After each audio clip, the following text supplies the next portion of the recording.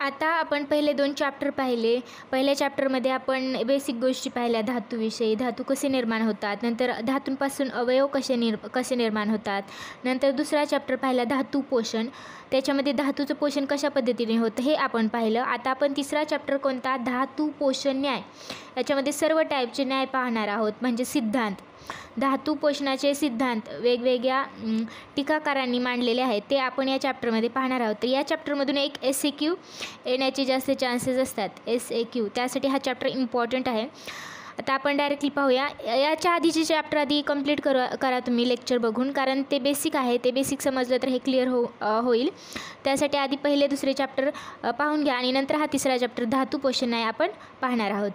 तसंच तुम्हाला जर हा व्हिडिओ आवडला त्यासाठी हा व्हिडिओ शेवटपर्यंत नक्की पहा आणि आवडला तर लाईक, शेअर आणि सबस्क्राईब करा. तसंच या नोट्स हँडरिटन नोट्स आहेत. मी ह्या नोट्स स्वतः बनवलेल्या आहेत आणि ह्या नोट्स जर पाहिजे असतील तर तुम्ही टेलिग्राम चॅनलला सबस्क्राईब करा. तर आता आपण तिसरा चॅप्टर पाहतो आहे धातू पोषण न्याय. याच्यामध्ये वेगवेगळे न्याय सांगितलेले आहेत. धातू पोषणाचे वेगवेगळे न्याय. व्यानवायूमुळे आहाररसाचे विक्षेपण सर्व शरीरामध्ये रसरक्ताबरोबर होते. आपल्याला माहिती आहे, मी सांगितलं होतं ट्रिकनुसार कसं व आहे, हे व्यानवायूमध्ये व आहे, तसेच विक्षेपणमध्ये व आहे. म्हणजे व्यानवायूचं कार्य काय आहे, विक्षेपण करणे. आपण बेसिक गोष्टीमध्ये सांगितलं होतं काय होतं, अन्ननलिकेमधून आपण जेव्हा अन्न खातो त्यावेळेस अन्ननलिकेतून ते अन्न कुठे जातं, आमाशय म्हणजे स्टमकमध्ये जातं. स्टमकमध्ये गेल्यानंतर तिथून ग्रहणी म्हणजे डिडेनममधून शोषण केलं जातं. त्याचं शोषण, आहाररसाचं शोषण तिथून केलं जातं. काय होतं, अन्नाचं 2 भागामध्ये डिवायडेशन होतं. एक तर आहाररस आणि दुसरा किट्टभाग. किट्ट म्हणजे स्मलभाग. आहाररस हा सार भाग आहे, तो इम्पॉर्टंट आहे. त्या आहाररसामध्ये सर्व धातूचे पोषक अंश असतात, म्हणजे 7ही धातूंचे पोषक अंश असतात. मग त्या आहाररसाला ग्रहणीमधून काय शोषण केलं जातं, कोणाच्या सहाय्याने, समान वायूच्या कार्याने. त्या समान वायूद्वारे त्याला आपण शोषण केलं जातं. नंतर ते हृदयात घेऊन गेलं जातं आणि हृदयामधून त्याचं सर्व अवयवांना तो आहाररस पाहिजे असतो, ज्याने की त्यांचं कार्य चालू राहतं. त्यामुळे तो आहाररस सर्व शरीराला पाठवण्यासाठी, त्याचं विक्षेपण करण्यासाठी व्यानवायूची गरज असते. त्यामुळे व्यानवायू काय करतो, आहाररसाचे विक्षेपण करतो. सर्व शरीरांमध्ये रसरक्ताबरोबर होते. म्हणजे रसरक्ताचं विक्षेपण कोण करतं, म्हणजे हार्टमधून कोण करतं, व्यानवायू. म्हणजे व्यानवायू काय करतो, विक्षेपण करतो आहाररसाचं. आहाररसामधील धातू पोषक अंशावर त्या धातू व स्रोतसाचे त्या धातुग्नीची प्रक्रिया होऊन धातूंची निर्मिती होते. आता मी एक एक्झाम्पल सांगते. आमाशय, हे आमाशय काय आहे, अन्नवह स्रोतस आहे. आता आमाशय म्हणजेच काय, स्टमक, हे काय आहे, अन्नवह स्रोतस आहे. अन्नवह स्रोतस आहे. मग त्या स्रोतसामध्ये त्या धातुग्नीची प्रक्रिया त्या धातूंवर होऊन, त्या धातूंच्या पोषक अंशावर होऊन तो धातू निर्माण होतो. म्हणजेच आता हे आमाशय आहे. आमाशयामध्ये काय येणार, अन्न येणार. अन्ननलिकेमधून हे अन्न आलं. ह्या अन्नावर हे काय आहे, हे स्रोतस आहे. आमाशय हे एक स्रोतस आहे. कोणते स्रोतस आहे, अन्नवह स्रोतस आहे. कारण इथे अन्न येते त्यामुळे हे अन्नवह स्रोतस आहे. स्रोतस म्हणजेच पोकळी. म्हणजे आमाशय काय आहे, अन्नवह स्रोतस आहे. त्याच्यामध्ये आता समजा एक दुसरा धातू आला, कोणता, आपण एक एक्झाम्पल घेऊया, रसपोषक अंश आला. कारण या आहाररसामध्ये सर्व धातूचे पोषक अंश आहेत. मग रसपोषक अंश आला, रसपोषक अंश. तर त्या धातुग्नीची, म्हणजे ह्याचा धातुग्नी काय असणार, रसपोषक अंशाचा धातुग्नी कोणता असणार, रसधातुग्नी. रसधातुग्नीची प्रक्रिया होऊन काय तयार होणार, तो धातू निर्माण होणार, म्हणजे रसधातू निर्माण होणार. ह्या अंशापासून हा पूर्ण धातू निर्माण होतो त्या धातुग्नीच्या मदतीने. आता इथे एक्झाम्पल दिले, रक्तपोषक अंशावर कोणाची प्रक्रिया होते, रक्तधातुग्नीची. आणि कोणता स्थायी धातू निर्माण होतो, रक्तधातू हा स्थायी धातू निर्माण होतो. इथे एक एक्झाम्पल सांगितले. आणि हे कुठं होत असतं, हे त्या स्रोतसामध्ये होत असतं. म्हणजे आता रक्तपोषक अंशाचा स्रोतस कोणता आहे, तर आपल्याला सांगितलेले आहेत पुढे स्रोतस कोणकोणते ह्याचे कोणकोणते स्रोतस आहे. प्रत्येक धातूचे स्रोतस दिलेले आहेत. तर इथे मी शॉर्टमध्ये सांगते की रक्तपोषक अंश, रक्ताचा स्रोतस कुठला आहे, यकृत आणि प्लीहा. यकृत आणि प्लीहा याच्यामध्ये रक्त तयार होत असतं. त्यामुळे यकृत आणि प्लीहामध्ये काय होतं, रक्तपोषक अंशावर रक्तधातुग्नीची प्रक्रिया होऊन रक्तधातू निर्माण होतो. म्हणजे हे सगळं कुठं घडते, हे स्रोतसामध्ये घडते. आता पुढचं पॉईंट कुठे, धातू निर्मितीसाठी आवश्यक घटक. आता एखादा धातू बनवायचा, आता हा धातू बनवायचा आहे, तर त्यासाठी कोणकोणते आवश्यक घटक आहेत ते इथे खाली सांगितलेले आहेत. पहिले ते व्यानवायू. व्यानवायू काय इम्पॉर्टंट आहे, कारण आहार रसाचं विक्षेपण कुठं होणार आहे, प्रत्येक स्रोतसामध्ये होणार आहे, प्रत्येक अवयवामध्ये होणार आहे, म्हणून व्यानवायू इम्पॉर्टंट आहे. व्यानवायू विक्षेपण इथं वी दिसते, व त्यासाठी हे ट्रिकनुसार लक्षात ठेवा, व्यानवायू विक्षेपण हे त्याचं कार्य आहे. दुसरं काय, धातू व स्रोतस, हे पण इम्पॉर्टंट आहे, कारण ह्या धातू व स्रोतसामध्येच काय होणार आहे, त्या धातूची उत्पत्ती होणार आहे. तर रस व स्रोतस असेल तर त्यात रसधातू निर्माण होणार, रक्त व स्रोतस असेल तर त्यात काय होणार, रक्तधातू निर्माण होणार म्हणजे त्या धातूचं स्रोतस इथं आवश्यक आहे. धातू व स्रोतस निरोगी असेल तर धातू निर्मिती योग्य प्रकारे होईल. आता समजा इथं मी सांगितलं एक्झाम्पल की आमाशय जर निरोगी असेल तरच त्याच्यामध्ये ही प्रक्रिया होऊ शकते. त्यामुळे ते स्रोतस कसं असलं पाहिजे, निरोगी असलं पाहिजे. नंतर तिसरी गोष्ट कुठली, धातुग्नी. हे परिणमन होण्यासाठी रक्तपोषक अंशाचं रक्तधातूमध्ये परिणमन होण्यासाठी काय इम्पॉर्टंट आहे इथे, रक्तधातुग्नी. हे काय करते, याच्यावर प्रक्रिया करून रक्तधातू निर्माण करतो. त्यामुळे काय इम्पॉर्टंट आहे, तिसरी गोष्ट धातुग्नी. धातू पोषक अंशाचे परिवर्तन धातूंमध्ये करणे. धातुग्नी काय करते काम, धातुग्नीचं काम काय आहे, परिवर्तन करणे. परिवर्तन म्हणजेच बदल, याचा बदल याच्यामध्ये केला, त्यामुळे धातुग्नी इम्पॉर्टंट आहे. तीन कोणकोणते घटक इम्पॉर्टंट आहे धातू निर्मितीसाठी, व्यानवायू, धातू व स्रोतस आणि धात्वग्नी, हे 3 इम्पॉर्टंट आहेत. आता आपण पाहणार आहोत धातू कसे निर्माण होतात, त्यांचा उत्पत्ती क्रम काय आहे, कशा क्रमाने ते उत्पत्ती होतात किंवा निर्माण होतात हे आपण पाहणार आहोत. धातू उत्पत्ती क्रम हा श्लोक इम्पॉर्टंट आहे. काय आहे, रसाद रक्तम ततो मांसन मेदस ततो अस्थिच अस्नो मज्जा ततः शुक्रम शुक्रात गर्भः प्रजायते. याच्यामध्ये क्रम दिलेला आहे की कोणत्या क्रमाने धातू निर्माण होतात. पहिला धातू कुठला निर्माण होतो, रस. पुन्हा इथे दिलं आहे रक्त, इथे दिला आहे मांसानंतर मेदनंतर अस्थिनंतर मज्जानंतर शुक्रात गर्भ, म्हणजे शुक्रापासून गर्भ निर्माण होतं हे सांगितलेले इथे, प्रजा येते. म्हणजे अशा क्रमाने धातूंची निर्मिती होते. तर हा धातूंचा क्रम आहे, उत्पत्ती क्रम. त्यामुळे हा श्लोक इम्पॉर्टंट आहे, हा पाठ करायचा आहे, हा लर्न करायचा आहे. रसाद रक्तम ततो मांसन मेदो सतो अस्थिच अस्नो मज्जा तत शुक्रम शुक्रात गर्भ प्रजा येते. आता काय सांगितले, आहार रसामधील धातू पोषक अंशापासून धातूंची निर्मिती रस, रक्त, मांस, मेद, अस्थि, मज्जा, शुक्र या क्रमाने होते. हेच सांगितले. आहार रसामध्ये प्रत्येक धातूचे पोषक अंश असतात, ज्याच्यापासून त्या अंशापासून काय पूर्ण धातू निर्माण होतो. त्यामुळे कशी निर्मिती होती, पहिला रसधातू, पुन्हा रक्त, पुन्हा मांस, मेद, अस्थि, मज्जा, शुक्र, हा क्रम लक्षात ठेवायचा. त्यासाठी हा श्लोक इम्पॉर्टंट आहे, हा पाठ करायचा आहे. मी जेवढे श्लोक सांगते तेवढेच पाठ केले तरी खूप आहे, त्यामुळे हा श्लोक इम्पॉर्टंट, हा एक पाठ करायचा. आता नंतर आपण धातू पोषण न्याय पाहणार आहोत. धातू पोषण न्याय, आहार रसापासून धातूची उत्पत्ती कशा पद्धतीने होते हे स्पष्ट करण्यासाठी चरक सुश्रुत संहितेच्या टीकाकारांनी धातू पोषणाचे सिद्धांत मांडले. आणि त्याच सिद्धांतांना काय म्हणतात, धातू पोषण न्याय किंवा धातू परिणाम वाद असे म्हणतात. म्हणजे आहार रसापासून काय निर्माण होते, आहार रस याच्यापासून काय निर्माण होते, धातू. कारण याच्यात प्रत्येक धातूचा अंश आहे ना, त्याच्यापासून प्रत्येक एक धातू निर्माण होते. त्यामुळे अशी जी उत्पत्ती होते, ह्या उत्पत्तीला स्पष्ट करण्यासाठी वेगवेगळ्या टीकाकार आहेत इथे संहितेचे. आता जसं चरकचा टीकाकार, सुश्रुतचा टीकाकार डल्लन, चरकचा टीकाकार चक्रपाणी यांनी काय केलं, ह्या टीकाकारांनी वेगवेगळे सिद्धांत मांडले. हे कसं तयार होते किंवा हे कशा पद्धतीने याची उत्पत्ती होते हे सिद्ध करण्यासाठी वेगवेगळे त्यांनी सिद्धांत मांडले प्रत्येक टीकाकारांनी आपापल्या मतानुसार. त्यामुळे त्या सिद्धांतांना काय म्हटल्यानंतर त्यांनाच धातुपोषण न्याय किंवा धातू परिणामवाद असे म्हणतात. आता एक न्याय आपण पाहणार आहोत.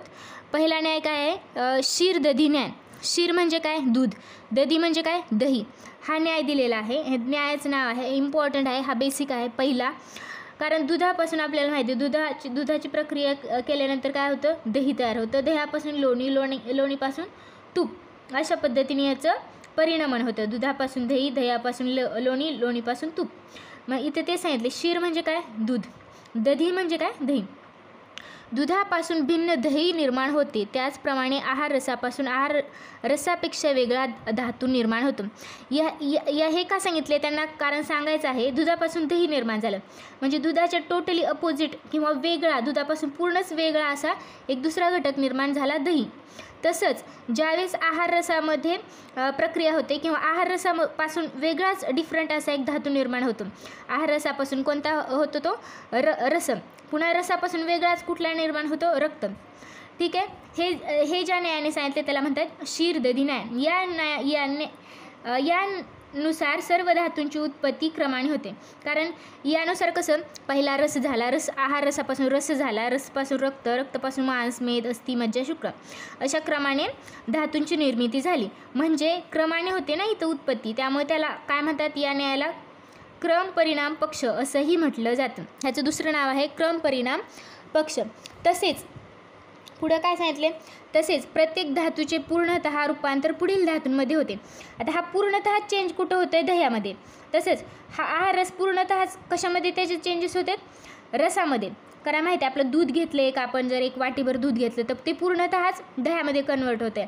तसेच आहार रस पूर्णतःच रसामध्ये कन्वर्ट होते, त्यातला काहीच अंश कन्वर्ट होते का, नाही, पूर्णतः ते कन्वर्ट होते. म्हणजे काय, सर्व भाग त्याचा कन्वर्ट होते. म्हणून तसेच प्रत्येक धातूचे पूर्णतः रूपांतर पुढील धातूमध्ये होते, त्यामुळे त्याला काय म्हणतात, सर्वात्म परिणाम पक्ष. सर्वात्म परिणाम पक्ष. परिणाम हे कॉमन आहे सगळीकडे, परिणाम पक्ष, फक्त इथं काय क्रमाने होती ना उत्पत्ती, म्हणून क्रम परिणाम पक्ष. तसं इथं पूर्णतःच त्याचं चेंजेस रूपांतर होते, त्यामुळे काय म्हटले, सर्वात्म परिणाम पक्ष. सर्व कन्वर्ट होते, त्यामुळे सर्वात्म परिणाम पक्ष हा शीरदधी न्याय झाला. आता आपण पुढचा न्याय पाहणार आहोत, केदारकुल्य न्याय. आता दुसरा न्याय कुठला आहे, केदारकुल्य न्याय. जसं की आता एक्झाम्पल दिले, विहिरीतून आपण पाटाचं पाणी म्हणजे हे काय, पाट आहे. पाट म्हणजे आपण जे जमीन खोदून पाणी जाण्यासाठी चॅनल्स बनवतो किंवा कॅनल बनवतो, त्याला पाट म्हणतात. हे विहिरीतून पाटाने पाणी कुठे जाते, हे सारे बनवले आहेत किंवा वाफा म्हणतो आपण किंवा पाट म्हणतो. आता इथं रस, रक्त, मांस, मेद, अस्थि, मज्जा, शुक्र हे समजण्यासाठी दिलेलं आहे. तर इथे रस आहे, इथं रक्त आहे, म्हणजे पाणी कसं जाते, पहिल्यांदा रसला जाते, मग पूर्ण हे भरल्यानंतर पुन्हा रक्तमध्ये जाणार, पूर्ण भरल्यानंतर मांसमध्ये जाणार, पुन्हा पूर्ण भरल्यानंतर मेद, अशा पद्धतीने शुक्रापर्यंत जाणार आहे. तसंच हे एक्झाम्पल का दिले, केदार आणि कुल्य. केदारकुल्य न्यायानुसार धातूंची उत्पत्ती कशी होते, क्रमाने होते. कारण की पहिल्यांदा रस, रक्त, मांस याप्रमाणे उत्पत्ती होते. याच्यात काय सांगायचं आहे, विहीर म्हणजेच काय, इथं सांगितले हृदयाला विहीर म्हटले. नंतर हे चॅनल्स आहेत किंवा कॅनल्स आहेत, त्यांना शिरा म्हटले. हृदयामधून जो आहार रस आलेला आहे, इथे आहार रस आहे, हा हृदयामधून शिरांमार्फत वेगवेगळ्या अवयवांना पाठवला जातो. तर कसं, पहिल्यांदा आहार रस पूर्ण रस धातूला मिळतो, त्यामुळे रस धातू निर्माण होते. नंतर हे झाल्यानंतर रक्त झाल्यानंतर मांस, म्हणजे असा आहार रस मिळतोय सगळ्यांना क्रमाने. ठीक आहे, तर केदार म्हणजे काय, विहीर, आणि कुल्य म्हणजेच काय, हे पाठ. 1 2 3 4 हे दिलेले आहेत 7 पाठ, त्यामुळे हा केदारकुल्य न्याय म्हणले. याच्या नावातच आहे, केदार म्हणजे विहीर, कुल्य म्हणजे पाठ, म्हणजे हे हृदय आहे, या शिरांमार्फत हे 7 धातूंना धातुपोषक अंश किंवा आहार रस मिळतो. इथे केदारकुल्य न्यायानुसार धातूंची उत्पत्ती क्रमाने होते, कारण क्रमानेच होते ना. हा पूर्ण झाल्यानंतर मग हा अंश इथे जातोय, पुन्हा पूर्ण झाल्यानंतर याचा थोडा अंश पुढे जातोय, पुन्हा याचा अंश जातोय, अशा पद्धतीने क्रमाने उत्पत्ती होती. म्हणून याला पण काय म्हणतात, क्रम परिणाम पक्ष. क्रमाने उत्पत्ती होत असेल तर मी सांगितलेलं क्रम परिणाम पक्ष म्हणतात. तसंच सर्व शरीरामध्ये आहार रसाचे वहन होताना धातू व स्रोतसांमध्ये त्या धातुपोषक अंशावर त्या धातुग्नीची प्रक्रिया होऊन धातूंची निर्मिती किंवा उत्पत्ती होते. मी हे पहिल्यांदा सांगितलं, त्या स्रोतसांमध्ये त्या धातूची उत्पत्ती कशी होते, त्या धातुग्नीची त्यावर प्रक्रिया होऊन, त्यालाच काय म्हणतात, अंश परिणाम पक्ष. हे इम्पॉर्टंट MCQसाठी येतं.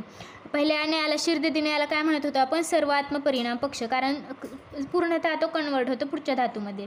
पण इथे काय म्हणले, अंश परिणाम पक्ष. का म्हटले, कारण याचा अंश पुन्हा याच्यात जातो, याचा अंश याचा अंश याच्यामध्ये, त्यामुळे याला काय म्हटलं जातं, अंश परिणाम पक्ष.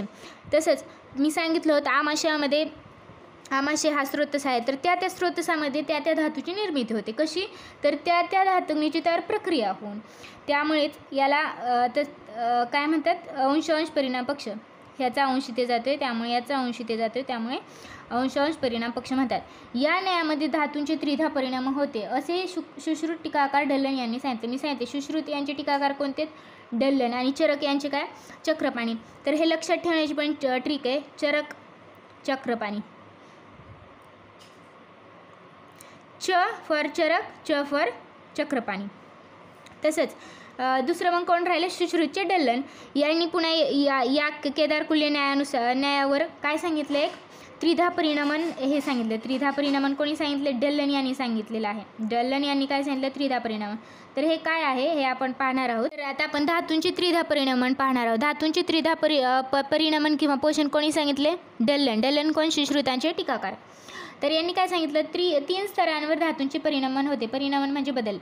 3 स्तरांवर धातूंचे परिणामन होते, त्यालाच काय म्हणतात? त्रिधा परिणामन असे म्हणतात। म्हणजे त्या धातूंच्या स्रोतसामध्ये होते। आणि हे कुठे होतं? धातूंची निर्मितीच कुठे होते? त्या धातूंच्या स्रोतसामध्ये होते। त्यामुळं हे कुठं होतं? त्रिधा परिणामन हे पण कुठं होतं? धातूंच्या स्रोतसांमध्ये। नंतर पुढे काय दिले? धातू पोषक अंश। कोणताही धातू त्याचा पोषक अंश त्याच्यावर कोणाची प्रक्रिया होती? धातुग्नीची होते। तर तीन प्रकारचे इथं धातुमल आणि अणुभाग हे तयार झालेले आहेत। पहिलं काय? स्थायी धातू म्हणजे मेन धातू कुठला तयार होणार? आता समजा इथं रक्त पोषक अंश आहे, त्याच्यावर रक्त धातुग्नीची प्रक्रिया झाली तर हा स्थायी रक्तधातू इथे निर्माण होणार। रक्तमल धातुमल तोच म्हणजे रक्तमल काय तयार होणार? पित्त। तसंच त्याचा अणुभाग सूक्ष्म अंश म्हणजे पुढच्या धातूचा सूक्ष्म अंश तयार होणार। आता रक्तानंतर कोण आहे? मांस। मांसचा काय होणार? इथं सूक्ष्म अंश तयार होणार। आणि नंतर याच्यावर प्रक्रिया होणार सूक्ष्म अंश म्हणजे इथं कुठला तयार झाला? मांस पोषक अंश झाला। मांस पोषक अंशावर पुन्हा मांस धातुग्नीची प्रक्रिया होणार इथे। नंतर पुढचे धातू निर्माण होणार, मांस धातू निर्माण होणार, त्याचा मल निर्माण होणार आणि मांसच्या पुढचा कुठला? मांस नंतर कोणता असतो? मेद। मेदचा पोषक अंश तयार होणार। अशा पद्धतीने हे त्रिधा परिणाम चालू असतं। म्हणजे हे 3 झाले ना तयार, स्थायी धातू, धातुमल आणि अणुभाग किंवा सूक्ष्म भाग। त्यामुळे याला काय म्हणतात? त्रिधा पोषण। आता इथे एक्झाम्पल पण करून दाखवले त्यांनी। रसपोषक अंशावर रसधातुग्नीची काय झाली प्रक्रिया, मग स्थायी रसधातू निर्माण झाला। म्हणजे मेन कोण झाला निर्माण? इथं रसधातू, त्याचा मल तयार झाला। रसाचा मल कुठला आहे? कफ हा तयार झाला आणि पुढच्या धातूचा पोषक अंश तयार होतो। मग रसानंतर कुठला धातू? पुढं रक्त, मग रक्ताचा पोषक अंश इथे तयार झाला। याच प्रक्रियेला यालाच काय म्हणतात? त्रिधा पोषण। हे कोणी सांगितलं? सुश्रुत यांचे टीकाकार कोण? डल्लन यांनी सांगितलेलं आहे। हे 3 तयार होते यामुळे याला त्रिधा परिणामन म्हणतात। 3 वेळेस त्याचं परिणामन होते ना धातू पोषक अंशाचं। लास्टचा न्याय कुठला आहे? खलेक कपोत। आपण पहिला कुठला पाहिला? शिरददी न्याय। दुसरा पाहिला दुसरा केदारकुल्य पाहिला। आता तिसरा कुठला पाहतोय आपण? खलेक कपोत न्याय। आता या नावातच आहे खले म्हणजे काय? शेत आणि कपोत म्हणजे काय? कबुतरे किंवा पक्षी। थोडक्यात कपोत म्हणजेच कबुतरे, पण पक्षी पण आपण समजलं तरी चालेल। खले कपोत, खले म्हणजे काय? शेत किंवा आपण असं म्हणतो की आपण शेतामध्ये एक धान्याचा ढिगारा मांडतो किंवा ढीग लावतो, त्याला काय म्हणतात? खले म्हणतात। आणि त्यावर पक्षी वेगवेगळे येतात आणि तिथून दाणे खातात त्यातलं किंवा स्वतःच्या घरट्याजवळ घेऊन जातात, त्यामुळे ते पक्षी जे आहेत त्यांना कपोत म्हणले, खले कपोत। आता याचा अर्थ काय आपण पाहूया।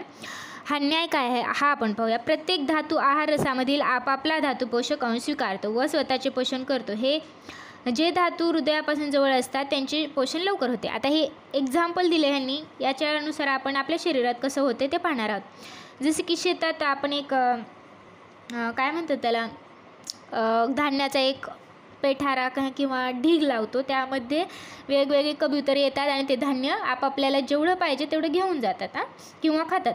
तसंच आहार रसापासून हृदयापासून जे जवळचे अवयव आहेत किंवा जवळचे स्रोतस आहेत तर त्यांना लवकर ते शिरांमधून आहार रस लवकर मिळणार आणि त्यांचं पोषण लवकर होणार, हे इथे सांगायचं आहे। आणि जे लांब धातू आहे, धातूचं स्रोतस आहे किंवा अवयव आहे तर त्यांचं पोषण उशिरा होणार, हे इथे सांगायचं आहे।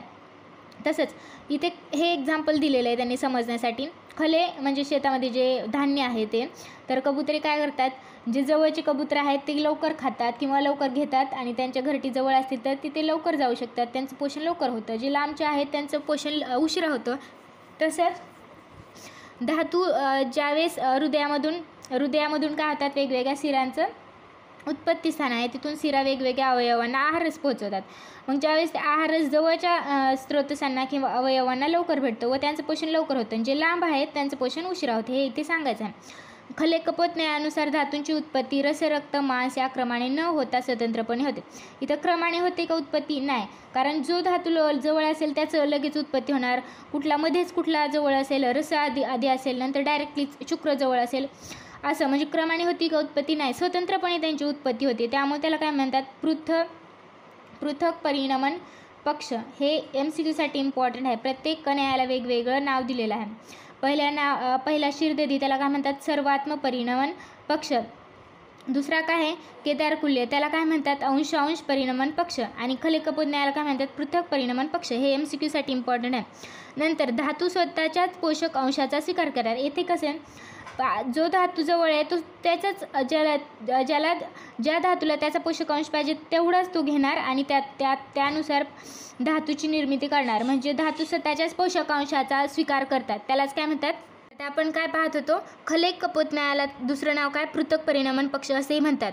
धातू स्वतःच्याच पोषक अंशाचा स्वीकार करतात, कारण इथे धातू काय करते? स्वतःचाच जेवढा पोषक अंश आहे तोच पाहिजे आणि तोच घेतात आणि त्यापासून धातू निर्माण करतात. म्हणजे स्वतःच्याच पोषक अंशाचा स्वीकार करतात. दुसऱ्याच्या पोषक अंशाचा स्वीकार का करतील? ते स्वतःचाच धातू बनवण्यासाठी ते स्वतःच्याच पोषक अंशाचा स्वीकार करतात आणि तो धातू निर्माण करतात. यालाच अंश परिणमन पक्ष असेही म्हणतात. हे एवढं इम्पॉर्टंट नाही, हे इम्पॉर्टंट आहे. पृथक परिणमन पक्ष का म्हणतात हे इम्पॉर्टंट आहे जास्त, कारण यावर काय होतं? MCQ टाईप क्वेश्चन येतात. आता हे झालं, तिन्ही न्याय पाहिले आपण. आता धातू पोषण न्यायांचे ग्राह्यग्राह्यत्व म्हणजे काय? धातू पोषण न्यायांच्या योग्य अयोग्यतेच्या चर्चेला धातू पोषण न्यायांचे ग्राह्यग्राह्यत्व म्हटले जाते. म्हणजे आता हे धातू पोषण न्याय 3 सांगितले, पण कुणी ह्याच्यावर वेगवेगळ्या लोकांनी चर्चा केली आणि त्यावर ठरवलं की कोणता योग्य आहे कोणता अयोग्य आहे. या चर्चेलाच काय म्हणतात? धातूंचे किंवा न्यायांचे ग्राह्यत्व असं म्हटलं जातं. समजलं याचा अर्थ? आता पुढं काय? शीर्दधी न्याय, याला त्याज्य ठरवलं जातं. म्हणजे ह्याचा स्वीकार केला नाही, त्याला त्याज्य ठरवलं. चरक टीकाकार, कोणी त्याज्य ठरवलं इथे? चरक टीकाकार कुठले? चक्रदत्त. सॉरी, मी पहिले चक्रदत्त नाही, चक्रपाणी सांगितलं ना, सॉरी ते चुकून झालं. चरकचे टीकाकार आहेत चक्रदत्त आणि सुश्रुतचे टीकाकार कुठले आहेत? डल्लन. मी मग अशी चुकले, इथे चक्रदत्त सांगण्याऐवजी पाणी सांगितलं मी, त्यासाठी सॉरी, मी इथं मिस्टेक केली, तर ही तुम्ही सुधारा. तर चरक टीकाकार चक्रदत्त हे आहे, चक्रपाणी नाही. आणि सुश्रुत टीकाकार कोण आहे? डल्लन. या दोघांनीही काय केलं? याला त्याज्य ठरवलं. पहिली गोष्ट तर हा चॅप्टर पूर्ण टीकाकारांनी सांगितलेला आहे. तर चरकचे टीकाकार कोण? चक्रदत्त. आणि सुश्रुतचे टीकाकार कोण? डल्लन. आता हे लक्षात ठेवा. च म्हणजे चरक, च म्हणजे चक्रदत्त. शीर्दधी न्याय ह्याला त्याज्य ठरवलं सगळ्यांनीच, ठीक आहे, म्हणजे त्याचा स्वीकार केला नाही. आणि आता हा स्वीकार न करण्याची कारणे काय? शीर्दधी न्याय त्याज्य ठरवण्याची कारणे काय हे आता आपण पाहूया. आता पहिलं काय? शिवदास काय म्हणले त्यांच्यानुसार काय? तर उपवासामुळे रस व रक्त हे धातू शिल्लकच राहणार नाही व शरीर 7 धातूंपासून निर्माण होते. या सिद्धांताला तडा जाईल. शिवदास नुसार का हा त्याज्य किंवा का त्यांनी याला स्वीकारलं नाही? कारण त्यांनी असं सांगितलं की जर आपण उपवास केला, आपण दिवसभर जेवण नाही केलं, तर रसधातू हा निर्माण नाही होणार किंवा रक्तधातू पण निर्माण नाही होणार. पण आपण असं तर नाही होतं. रिॲलिटीमध्ये आपण बघतो तर आपण एखादा दिवस उपवास केला तर बाकीचे सगळे धातू तर प्रेझेंट असतात शरीरामध्ये. शरीर 7 धातूंनीच तरी पण बनलेलं असतं. मग हा सिद्धांत काय सांगतो की रसाचं पूर्णपणेच परिणमन कशात होतं? रक्तामध्ये होतं. मग पूर्ण त्याचं परिणमन झालं. रसाचं पूर्ण परिणमन कशात होतं? म्हणजे सर्वात्म परिणाम कशामध्ये होतं? रक्तामध्ये. म्हणजे हा तर धातू शिल्लकच नाही राहणार ना. तसंच उपवास केला आपण, एखादा धातू नाहीच घेतला पूर्णपणे, तर त्याचा पुढचा धातू कसा निर्माण होणार? कारण की हा धातूपासून हा पूर्ण धातू तयार होतो.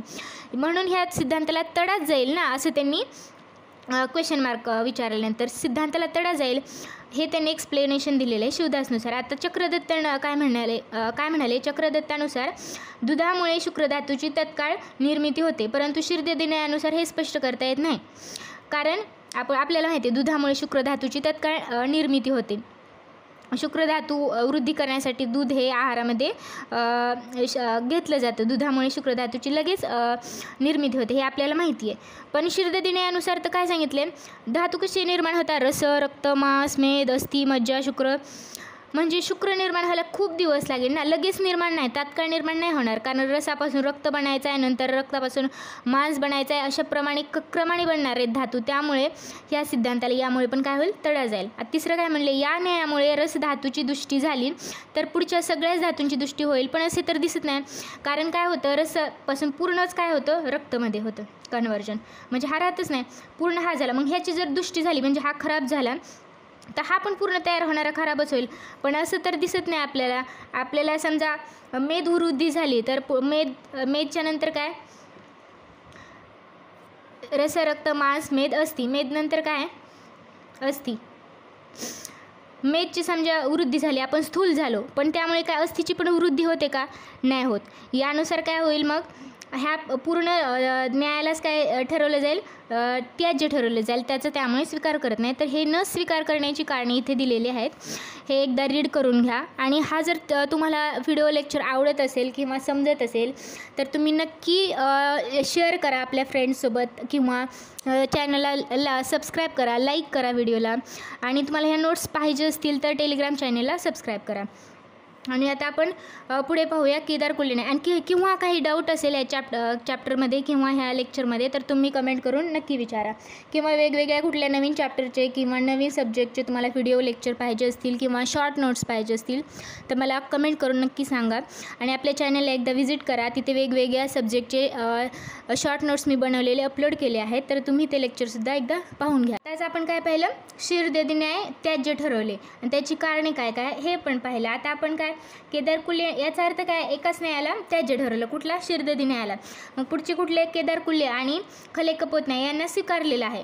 मग ह्यांची स्वीकारण्याची काय कारणे आहेत, कशामुळे यांना स्वीकारले हे आपण पाहूया. तर केदार कुल्ले न्यायाला सर्व टीकाकारांनी स्वीकारलेले आहे. सर्व टीकाकार म्हणजे चरकचे टीकाकार कोण, चक्रदत्त आणि सुश्रुतचे टीकाकार कोण, दल्लन, या दोघांनी स्वीकारलेले आहे. या न्यायानुसार आहार रसातील धातुपोषक अंशापासून धातूंची निर्मिती होती. बरोबर आहे, कारण की धातूच्या अंशापासूनच तो धातू काय होणार आहे, निर्माण होणार आहे. आणि या न्यायामध्ये तेच सांगितलेलं आहे. धातू पोषक अंशाची त्रिधा परिणामन होते, यामध्ये पुढील धातूचा पोषक अंश निर्माण होतो. हे पण बरोबर आहे, त्रिधा परिणामन होते म्हणजे धातूपासून त्याचा मल निर्माण होतो, धातू निर्माण होतो आणि पुढच्या धातूचा सूक्ष्म अंश पण निर्माण होतो, जेणेकरून त्या सूक्ष्म अंशापासून पुढचा नवीन धातू निर्माण होईल. त्यामुळे हा योग्य वाटतो. तसंच सर्व धातूंचे पोषण एकमेकांवर किंवा परस्परांवर अवलंबून असते. कारण रस धातूमध्ये काय होतं, त्याचा पोषक अंश बनतो, कशाचा, रक्ताचा पोषक अंश बनतो. नंतर काय, रसाच्या पोषक अंशापासून रस तयार झाला, प्लस काय झालं, रक्ताचा पोषक अंश तयार झाला. ह्या पोषक अंशापासून नंतर काय होतं, रक्त तयार होतं.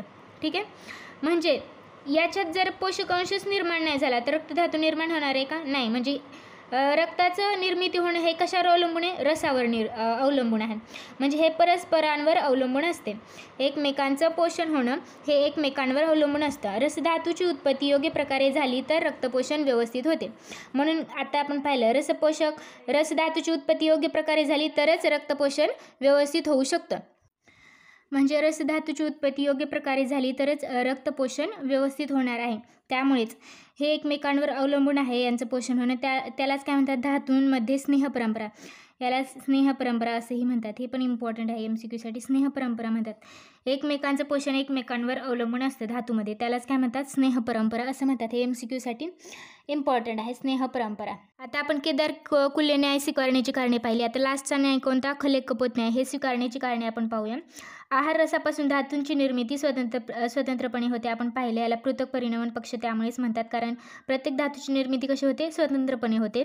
दुसरं काय, त्यामुळे एका धातूचा वृद्धी क्षयाचा परिणाम दुसऱ्या धातूवर होणार नाही, कारण स्वतंत्रपणे त्याची उत्पत्ती होते किंवा निर्मिती होते. त्यामुळे एखादा जर धातू वाढला तर किंवा कमी झाला, क्षय झाला, तर त्याचा परिणाम दुसऱ्यावर होणार नाही, कारण प्रत्येक धातू हा स्वतंत्रपणे निर्माण होतो. दुधामुळे तत्काळ शुक्र निर्मिती कशा प्रकारे होते हे स्पष्ट करता येते या न्यायानुसार. कारण की यामध्ये कसं आहे, तात्काळ निर्मिती होते कुठल्याही धातूची, आणि दुधामुळे तत्काळ निर्मिती शुक्र धातूची कशा प्रकारे होते हे या न्यायानुसार आपण सांगू शकतो. पण बाकीचे न्याय कसे, केदार कुल्लेनुसार पण अंश परिणाम पक्ष क्रमाने परिणामन होते, त्याचं क्रमाने धातू निर्माण होतात. पण याच्यात कसं आहे, तसं नाही, स्वतंत्रपणे निर्माण होतात धातू. त्यामुळे हे आपण स्पष्ट करू शकतो की दुधामुळे तत्काळ शुक्र निर्मिती होते.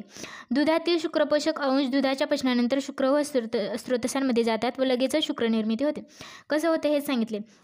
मी काय सांगितले, प्रत्येक स्रोतसामध्ये त्या धातूची निर्मिती होते.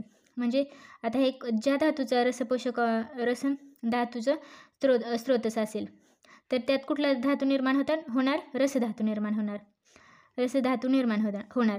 म्हणजेच जर आता दुधातील शुक्र पोषक अंश आहे, दुधामध्ये काय कुठला अंश आहे, शुक्र पोषक अंश आहे, त्याच्यापासून काय निर्माण होणार आहे, शुक्र धातू निर्माण होणार. आणि हे कुठं होणार आहे तर शुक्र व स्रोतसामध्ये होणार आहे. तर हे या न्यायानुसार सांगू शकतो आपण, खलेक कपोत न्यायानुसार. नंतर एक्झाम्पल दिलेत, स्निग्ध पदार्थ खाल्ल्यामुळे लगेच आपली मेद धातूची वृद्धी होते. तर डायरेक्टली होते ना स्वतंत्रपणे, ते आपण एक्झाम्पल दिलेले आहेत. स्निग्ध पदार्थ खाल्लं तर मेद धातूची वृद्धी होते. तसंच द्रव आहार घेतला तर रस धातूची वृद्धी होते. औषधी द्रव्य घेतले तर विशिष्ट धातूंवरच ते कार्य करतात. आपण मेडिसिन घेतलं तर ते प्रत्येकी स्पेसिफिक असतं, ते त्याच अवयवावर किंवा त्याच धातूवर ते कार्य करतं.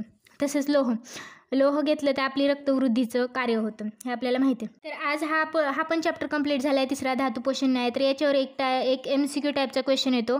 तिन्ही न्याय त्यामध्ये आपल्याला लिहावे लागतात, केदार कुल्य, क्षीरदधी न्याय आणि खलेक कपोत न्याय. त्यासाठी हा चॅप्टर इम्पॉर्टंट आहे. हा जर व्हिडिओ आवडला असेल तर लाईक, शेअर, सबस्क्राईब करा. तसंच चॅनलला व्हिजिट करून वेगवेगळे व्हिडिओ लेक्चर पहा.